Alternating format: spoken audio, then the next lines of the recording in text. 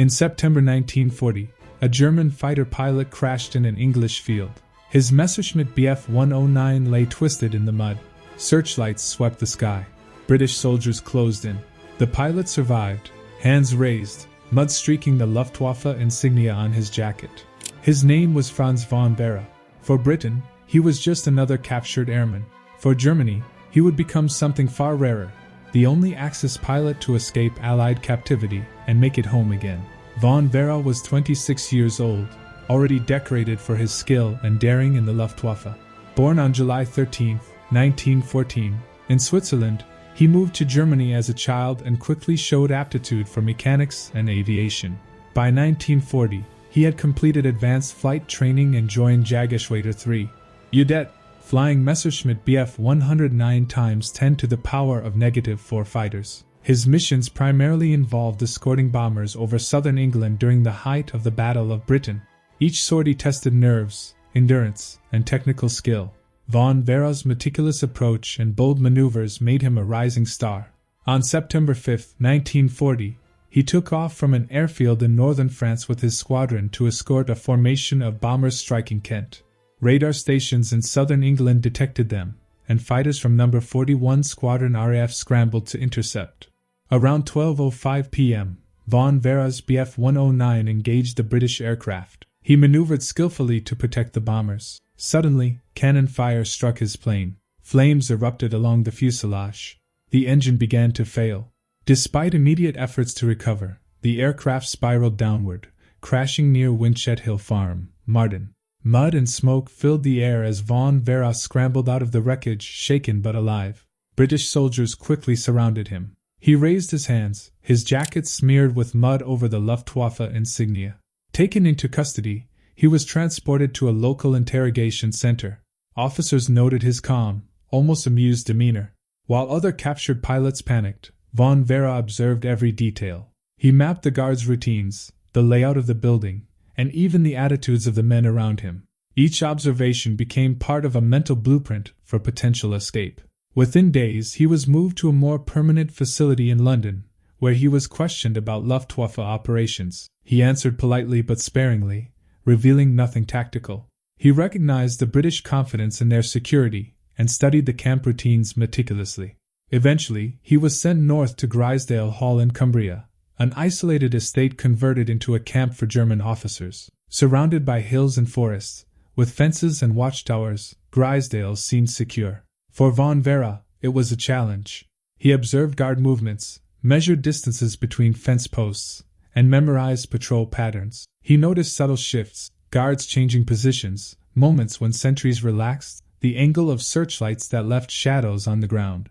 By late September, he began testing the limits of the camp. Small, discreet attempts to explore boundaries and unnoticed gaps gave him insights. He watched fellow prisoners' movements and learned from their mistakes. During a permitted outdoor exercise in October 1940, he attempted his first real escape. Using the commotion of a football game as a distraction, he slipped away unnoticed, moving silently through hedges and woods. He carried only essentials: chocolate, a torn map, and his unwavering determination. For 4 days, von Werra navigated the countryside mainly at night, hiding in barns and wooded areas during the day.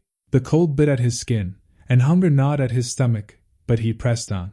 He avoided villages, sticking to tracks known only to locals. On the 4th night, near Ravenglass, a shepherd spotted him and alerted authorities. Captured again, von Werra returned to Grisdale Hall. Yet the failed escape had taught him more than months of observation ever could. He now understood the weak points in security, the behavior patterns of the guards, and how small opportunities could be exploited. Recognizing his determination, the British moved him to Swanwick, Derbyshire, a more secure facility for high-risk prisoners. Von Werra continued careful study.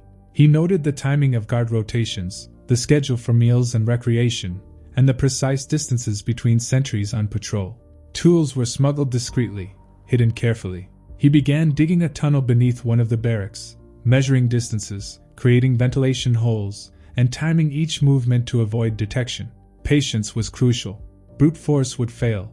Intelligence and timing would be his weapons. As December 1940 approached, he was ready.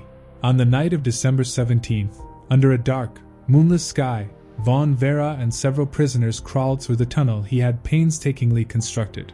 They emerged beyond the perimeter, carrying forged papers identifying him as a Dutch airman named Van Lot.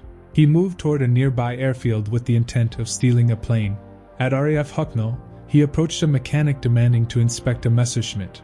Officers intervened before he could act, and he was arrested once more. Each failure refined his understanding. He had learned about timing, guard psychology, and the importance of flexibility. In January 1941, Britain began transporting high-risk prisoners across the Atlantic. Von Werra was placed aboard the SS Duchess of York at Greenock, Scotland, bound for Halifax, Nova Scotia. The Atlantic crossing was perilous. Waves battered the ship, icy winds cut through layers of clothing, and German U-boats prowled nearby. Von Werra observed guards and fellow prisoners carefully, mentally rehearsing his next steps. Once the ship reached Canada, he was sent by train to a remote POW camp near Montreal, Ontario, isolated in forests and deep snow. During his first days at the Canadian camp, he mapped every detail of the terrain. The angle of the sun, shadows of trees, locations of roads and fences, all memorized. He observed guard rotations meticulously and noted weak points in patrol timing. Every small observation became part of a mental plan. On January 21, 1941, he seized his opportunity. During a routine transfer along the fence line, he slipped beneath the wire and disappeared into the snow. For 2 nights, he moved mainly under cover of darkness, hiding during daylight in barns and forests. His ultimate goal was the frozen St. Lawrence River. On January 23, he crossed the ice, inch by inch, avoiding cracks and thin spots. He reached the American shore near Ogdensburg, New York, half-frozen and exhausted. Presenting himself to local authorities, he claimed to be a Dutch pilot attempting to return to Europe. Because the United States was still neutral, he could not legally be treated as an enemy.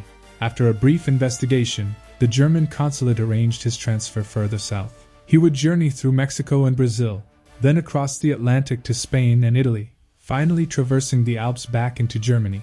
After crossing the frozen river and reaching Ogdensburg, von Werra faced a new challenge, navigating a foreign land while remaining unnoticed. The landscape stretched vast and cold, snow covering roads and forests, bitter January winds biting at his face. He moved cautiously, aware that even the smallest mistake could send him back into Allied hands. Every step demanded precision, every decision carried weight. Von Werra sought help from locals he could trust and relied on documents identifying him as a Dutch airman. Guided by sympathetic contacts, he traveled south through New York State using trains and discreet vehicles to cover distances quickly without drawing attention.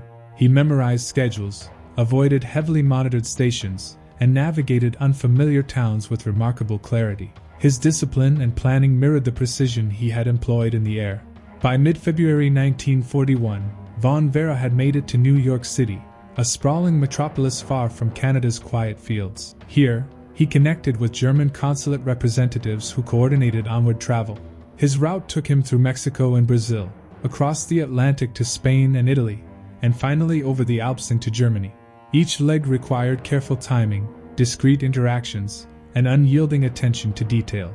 During his stop in Brazil, von Werra navigated the complex bureaucracy required for travel documents, coordinating with the German consulate and local officials to maintain the appearance of legitimacy. The tropical heat was intense, a stark contrast to the freezing conditions of Canada. Rivers, dense forests, and bustling port cities created new obstacles, yet he adapted seamlessly, blending in with locals, observing routines, and keeping his movements deliberate. Each night, he reviewed his progress, planning his next steps, calculating distances, schedules, and guard patterns as meticulously as he had during his escapes in England and Canada. Crossing the Atlantic presented its own challenges. Ships transporting passengers from South America to Europe were subject to inspection, and the threat of Allied naval patrols was ever present. Von Werra traveled under an assumed identity, maintaining a quiet, unobtrusive demeanor. He meticulously observed the ship's crew and other passengers, noting schedules, guard positions, and potential risks. The journey was tense, requiring patience and careful timing, but he remained determined, knowing each successful mile brought him closer to home. Upon arrival in Spain, A country officially neutral but under close surveillance, he had to navigate carefully. Every border crossing, checkpoint, and town required vigilance. Crossing the Pyrenees into Italy demanded further caution. Axis influence allowed somewhat easier passage, yet von Werra's movements remained deliberate, calculated, and discreet. By March 1941, he had reached northern Italy, preparing for the final leg of his journey, crossing the Alps. Snow, icy winds, and treacherous cliffs tested his endurance. Every step mirrored the precision and calculation he had demonstrated in the air, in camps, and across continents. On April 18, 1941, Franz von Werra crossed into Germany, arriving in Berlin. He had achieved the impossible, escaping multiple POW camps, traveling thousands of miles across unfamiliar lands, and evading capture at every turn. The German military celebrated his return. He received the Knight's Cross of the Iron Cross, one of the nation's highest military honors. Beyond accolades, he was tasked with instructing Luftwaffe officers on evasion and escape techniques. His personal experience became an invaluable lesson for others. In the months following his return, von Werra conducted lectures on observation, patience, and adaptability. He emphasized the importance of studying guard routines, nuances of patrol schedules, and exploiting even the smallest lapse in vigilance. Instructions were detailed, methodical, and based entirely on lived experience. He taught officers that survival depended not only on skill in the air but also on intelligence, analysis, and improvisation. Every tactic, every insight from his escapes was meticulously explained and demonstrated. Despite acclaim, he returned to operational duty.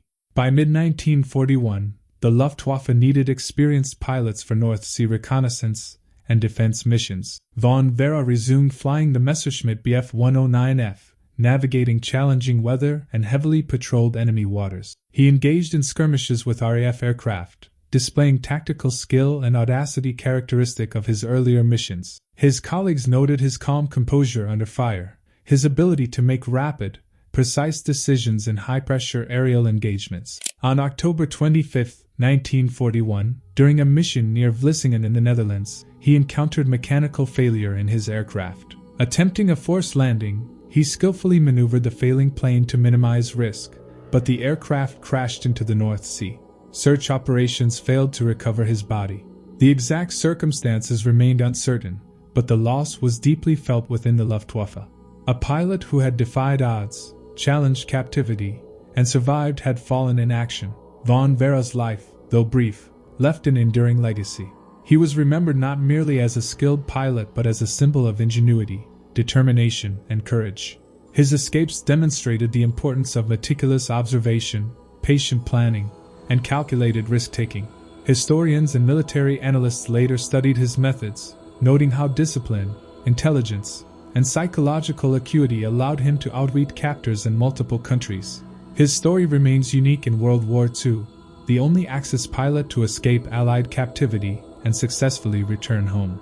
The lessons of Franz von Werra extend beyond military achievement. They speak to the human capacity to persevere under extraordinary circumstances, to transform adversity into opportunity, and to maintain clarity of purpose when faced with overwhelming challenges. From his first crash in Kent to the frozen rivers of Canada and the treacherous passes of the Alps, von Werra's journey reflects a remarkable blend of courage, strategy, and resilience. Every decision was deliberate, every risk calculated, and every success earned through preparation and insight. Even decades later, veterans and historians recount his story with awe. The escapes, the clever maneuvers, and the ability to travel thousands of miles through hostile territories serve as a benchmark of determination and ingenuity. In classrooms, documentaries, and historical analyses, von Werra is cited not merely as a pilot but as a symbol of tactical intelligence applied to survival. His exploits highlight how skill, observation, and daring converge to achieve the impossible. Franz von Werra's life reminds us that history is shaped not only by battles and strategy but also by individuals who defy expectations and seize their fate. His legacy endures as a testament to human resilience, ingenuity, and relentless pursuit of freedom. Though the North Sea claimed his life, the story of his escapes, courage, and unbroken resolve continues to inspire, ensuring the memory of Franz von Werra remains vivid in the chronicles of World War II.